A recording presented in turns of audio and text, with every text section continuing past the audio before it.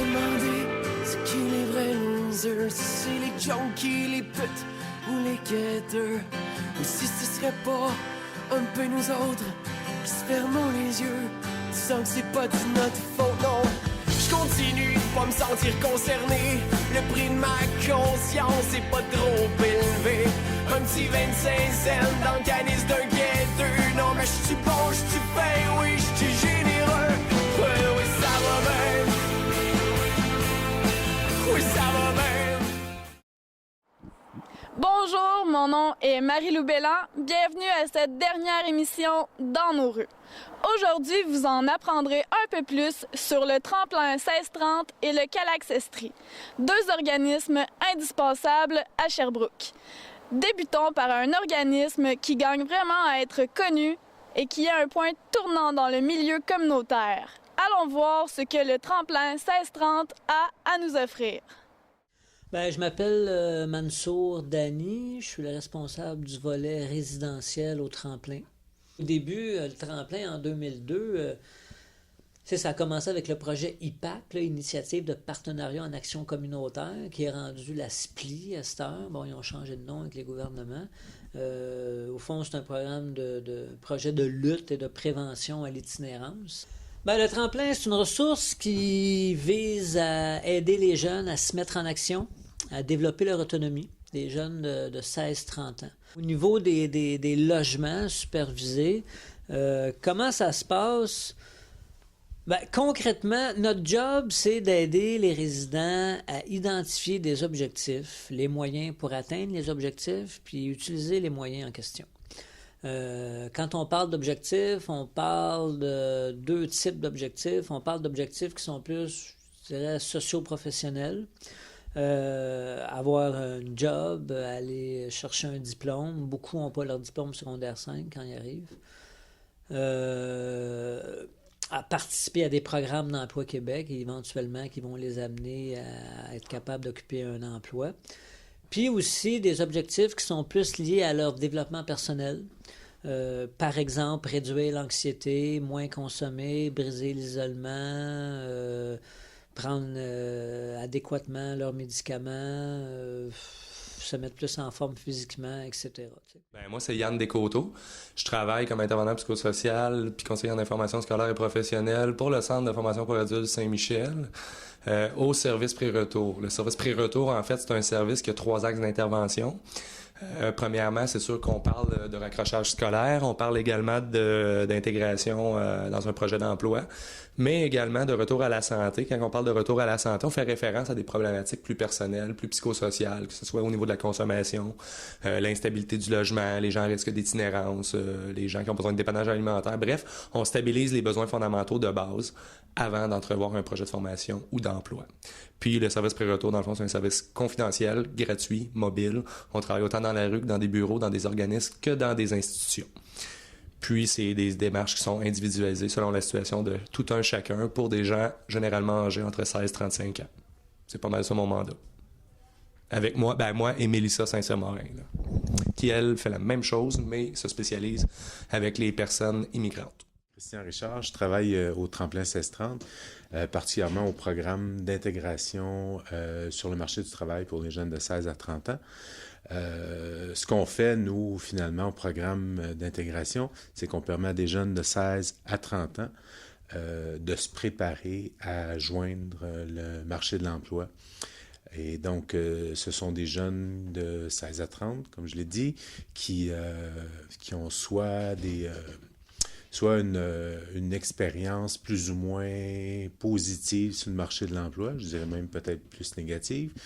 Ce sont des jeunes aussi, certains n'ont pas d'expérience sur le marché de l'emploi, et certains ont la difficulté à le joindre parce que ça devient difficile de trouver l'emploi, et pour d'autres, c'est pas tant de le trouver, c'est de le maintenir. Donc, ce qu'on fait pendant 18 semaines ici au Tremplin, c'est qu'on leur permet de vivre un semblant de vrai emploi. Donc, dans un cadre peut-être un peu plus indulgent que le marché de l'emploi traditionnel. On travaille autant au niveau du savoir-faire, par l'entremise de deux choses. La première chose plutôt, c'est on donne une formation de base en cuisine. Et la deuxième chose, on donne une formation de base en entretien puis en conciergerie d'immeubles. Et entre autres, en plus de ça, il y a le volet plus savoir-être, c'est-à-dire qu'on les prépare autant au niveau de la communication, autant au niveau de la vie de groupe, comment dealer en bon chinois avec les employeurs, les patrons. On leur donne, avec l'entremise du Centre Saint-Michel, on leur donne des ateliers en lien avec l'employabilité, comment faire un CV, comment faire une entrevue, comment s'assurer d'être retenu pour une entrevue. Bref, des ateliers qui ont un lien direct éventuellement dans la recherche d'emploi, puis d'être capable aussi de le maintenir, forcément. Ben moi, c'est Cynthia Nollet. Je travaille au volet résidentiel et au milieu de vie communautaire. Puis, dans le fond, ce que ça fait, c'est que moi, je m'occupe autant des résidents que du milieu de vie où est-ce qu'on tient des activités pour les résidents et pour toute la communauté de jeunes entre 16 et 30 ans à Sherbrooke. Fait qu'on a des activités du lundi au vendredi, puis une fois par mois, la fin de semaine, on tient une activité aussi à la fin du mois. Et je peux vous parler brièvement des activités qu'on offre. Dans le fond, c'est le lundi et le vendredi, on a le milieu ici qui est ouvert. Puis là, ben, les jeunes peuvent venir comme un peu sous le même principe qu'une maison de jeunes, mais plus ils peuvent pas y aller après 18 ans, ben ils peuvent venir ici. On a les ordinateurs, on a Internet avec des jeux de table, que ce soit jeux de société ou ben ping-pong, des choses comme ça. Les jeunes doivent s'inscrire au milieu de vie s'ils ne sont pas résidents pour qu'on puisse les connaître un peu plus avant qu'ils viennent aux activités. Puis ils doivent être aussi référés là, par quelqu'un, soit un partenaire ou quelqu'un d'un autre milieu. Il y a, ça c'est les lundis que le local est ouvert. Le lundi soir, on a l'activité théâtre en collaboration avec les travailleurs de rue. Moi, je suis là au théâtre pour assurer aussi une présence du tremplin parce qu'il y a beaucoup de jeunes qui viennent à cette activité-là. Il y a entre 20 et 25 jeunes qui viennent les lundis soirs. Puis, dans le fond, ça, c'est pendant toute l'année, de septembre, octobre jusqu'à mars environ, là, qu'on tient les activités le lundi. Puis à la fin, ben, on présente la pièce de théâtre qui est écrite par les jeunes puis actée par les jeunes. Puis ensuite de ça, le mardi, il y a 2 activités différentes qui s'alternent une semaine sur 2. Il y a le Sommeur d'avenir, qui est une activité orientée plus vers l'alimentation saine, où est-ce que l'été, on tient un jardin.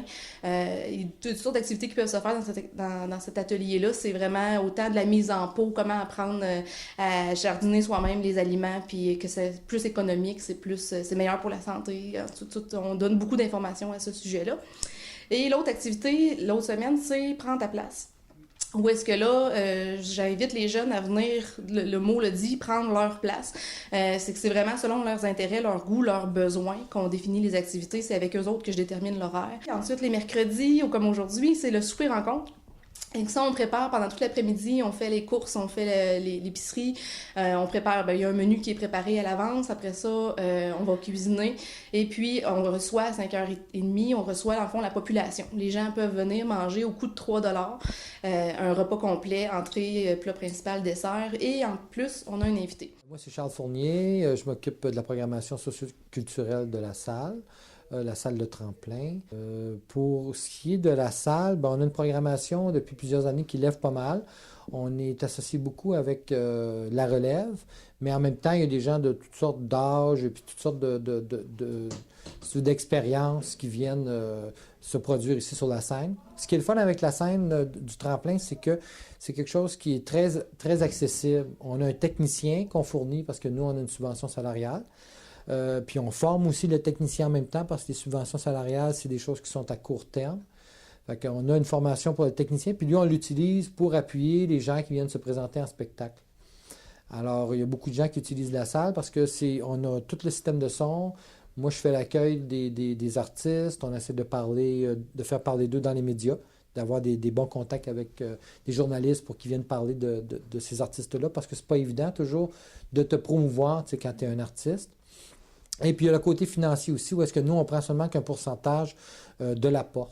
Fait qu'on se limite à 25 %. du prix, des montants qui sont ramassés lors de la vente des billets. Et puis, on arrête ça à 125 $. Ça veut dire que, bon, mais ça ne te coûtera jamais plus que 125 $ de venir te présenter en tant qu'artiste, je te parle indépendant. On a parti la scène de slam, c'est quelque chose qui nous identifie au tremplin, au niveau culturel à Sherbrooke, parce que le slam, c'est assez différent. Depuis 5 ans maintenant, on a développé la scène de slam avec un poète qui s'appelle Francis Poulin, Frank Poul, son nom de poète. Il y a le côté aussi maintenant, l'espace Zibaldone, qui est au niveau des arts visuels. Fait que ça, c'est intéressant aussi parce que c'est une place qui devient de plus en plus sympathique pour présenter des expositions, finalement. Qu'est-ce qui est le fun, c'est que le tremplin, bon, à la base, c'est quand même un organisme qui vient en aide à des jeunes, mais en ayant une salle de spectacle ici dynamique, où est-ce qu'il y a des conférences aussi, il y a des performances, mais pour revenir au slam, ben, tu sais, ça fait qu'ils voient qu'est-ce qui se passe. D'un coup, ils ont le goût, eux, d'écrire un texte, puis de venir le performer, ben l'ouverture est là. Fait que ça, c'est génial de voir ça. Tu as des jeunes maintenant qui ont fait même plusieurs performances de slam lors de la saison, puis qui ont pris confiance en eux, monté sur scène, tu sais. Fait que ça, c'est vraiment un bel échange qui se passe avec le côté de la culture ici, avec la salle, et puis les jeunes qui sont autour. Les organismes qui réfèrent le plus de résidents au tremplin, il y a le C3S, c'est sûr. L'équipe santé mentale, l'équipe itinérance, plus l'équipe santé mentale. Ou tout simplement, quelqu'un arrive à l'accueil psychosocial au C3S, puis nous le réfère ici. Il y a le CHU, l'hôpital psychiatrique, la psychiatrie du CHU. Les travailleurs de rue, la Source-Soleil. Beaucoup font un séjour à la Source-Soleil, après ça, ils vont venir ici. Au volet résidentiel, l'année passée, c'était 40 résidents différents qui sont passés, je pense. 40 jeunes différents, tu sais. Ben, qui fréquentent le milieu de vie, qui viennent aux super rencontres. C'est plusieurs centaines là, dans une année. C'est beaucoup de gens. Beaucoup de gens. Puis il y a beaucoup d'activités, il y a beaucoup d'ateliers.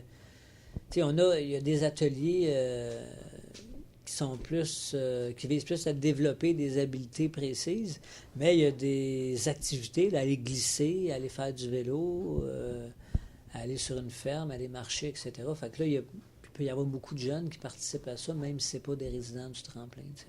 Les gens, s'ils peuvent offrir des ateliers gratuits, des fois, le transport, okay? On n'a pas de véhicule, nous autres, le tremplin. T'sais. Fait que quand c'est le temps d'aller glisser, d'aller à quelque part, d'aller à la campagne, de faire une activité, on manque souvent de véhicules de transport. Ça, c'est une affaire. D'animer des ateliers, des fois, il y en a qui peuvent... Ben, d'ailleurs, ça se passe. On a un groupe photo, c'est Guy qui fait ça depuis 4 ans, je pense, bénévolement. Fait que ça, c'est une autre façon d'offrir des ateliers gratuitement aux résidents, ceux qui ont des talents, qui peuvent enseigner quelque chose. Ça, c'est une autre façon d'aider. En étant sur le conseil d'administration... Bon, puis aussi, évidemment, on manque d'argent. Il y a un de nos collègues, là, que le financement n'est plus là. Peut-être qu'elle va perdre son emploi. Là. C'est toujours très précaire. Je pense que ce qui fait la force du tremplin, il y a beaucoup la question de l'équipe de travail. On est beaucoup des amis, des chums, ça a donné comme ça. Soit que les employés, on était déjà des amis avant. Puis ça a donné qu'on s'est retrouvés au même milieu de travail ou qu'on a développé des amitiés. Puis ça, je pense que ça se sent chez les jeunes, toute cette dynamique-là, qu'on tripe à être là, on a du fun. Fait que ça, je pense que c'est quelque chose qui est aidant pour les jeunes aussi.